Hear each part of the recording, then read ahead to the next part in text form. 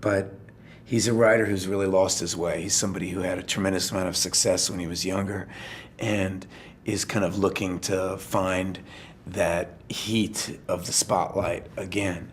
And it's being incredibly evasive. And so he's challenged himself to write the greatest, true crime fiction of all time, and moved himself into the home of a place where a huge family murder happened, but neglected to tell his own family what he'd moved him into.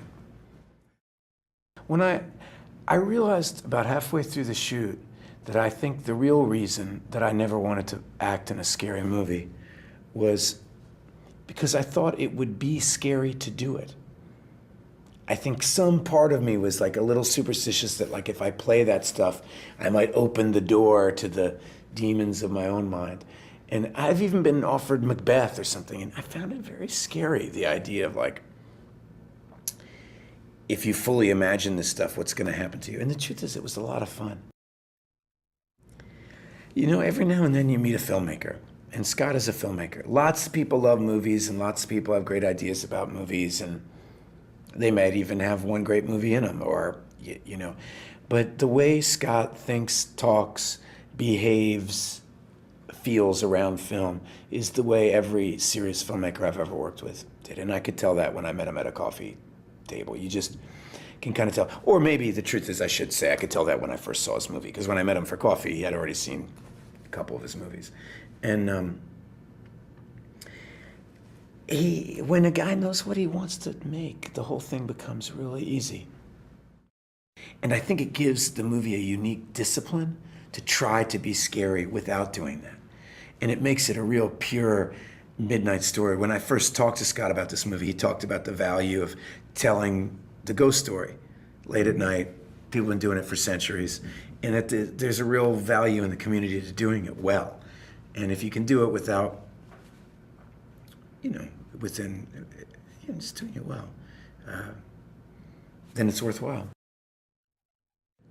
I think Juliette is a terrific actress, and I'd love to work more with her. I think it's quite clear that she has a tremendous brain on her, and she has a lot to offer. And I think the movie's really lucky to have her as a presence. And it is nice to have it a unique presence where she's not the one, on the bottom of a coffin or something like that. I mean, it's that she's actually the center and the focus of the family, and he's the one who's neurotically spinning out. And I found it interesting. I had seen her in a handful of plays, I'd seen her do Shakespeare and Chekhov in the last year, a couple times actually. And every time I'd walk out of the show and go, who is that woman? That woman is amazing. And so I told Scott, if we're looking for somebody, you should check out this woman. And he went and met her, and he called me. He felt the same way, like this person's really special. And so we feel lucky to have her in the movie. It's a funny, we like to say, Vincent Skyped in his performance. But Vincent is a friend of mine, and it's a very challenging part because whenever you work in a genre movie, you have to work so hard to be original or to be truthful or something to make it interesting to watch, because these roads have all been walked down so much. The scary story or whatever else. Cop genre is the same thing, whenever sci-fi, whenever you get into a Western, what's embracing the joys of the genre and what's cliche? Because if it's cliche, it's bad.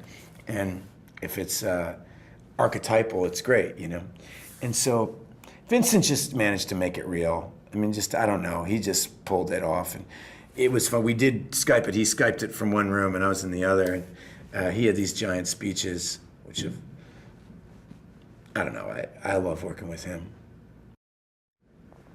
I think that, the part was written for him. I don't know this.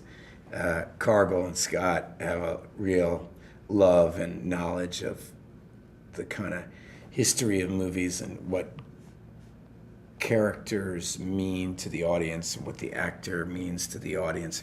The subtext and the subconscious of the film needs to be as in line as the more obvious things. Fred Thompson's just always who they wanted. That was their dream guy for this part. They just pictured him. And, you know, he's an authority figure. He plays them perfectly.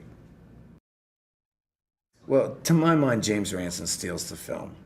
And any time I've been in a movie, when it goes well, some people you don't expect have to come through for you. And he managed to create a character that is just really unique. I mean, it feels like a little bit out of a Coen Brothers movie, or he brings a different energy to the film, and it works. And he was wonderful to work with, too. He's a very serious guy about his part, and it was wonderful. I mean, it's basically, if you want to sit around the campfire and get told a really scary story, this is the one to do. I mean, if you want to see one where 90 million people get their heads chopped off, then you should see a different movie. But if you want to get told a scary tale, then this is a very, very good one. I feel really proud of it. I mean, fear is a really interesting emotion. I mean, Scott showed me, he cut together some pieces of footage from The Shining, which was a horror film that I really did like, and he cut together the famous Jack Nicholson, you know, here's Johnny scene without Shelley Duvall's reactions. And it becomes clear that Jack Nicholson isn't scary in the movie. Shelley Duvall makes him scary by her reactions, and how hard fear is to play, and how a lot of times actors love to play tough, or they love to play hurt or vulnerable or angry or bemused or whatever the emotion is. A lot of those emotions are charming or interesting or human, but fear is very unappealing. And it's a scary emotion to play because I think a lot of actors, it's not one you admire. It's not an emotion that you respect, or you're afraid of it. And watching those Shelley Duvall performances, I really challenged myself to just kind of commit to playing fear and not be vain about it, you know, which I ended up really enjoying.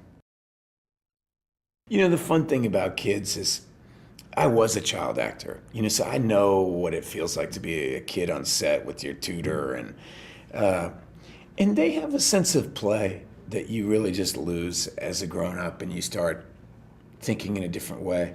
I can really enjoy being on the set with certain kids because it gets at the fundamental of what we're doing, which is just role playing. Okay, I'll be the dad, you be the kid, and okay, you're dead, and I don't know that you're dead. I mean, it's just very simple fun that you can have, and that kids really do have. They enjoy the makeup, they don't mind waiting around 10 hours to do one shot because it's cool to do one shot, and it's a nice attitude to be near.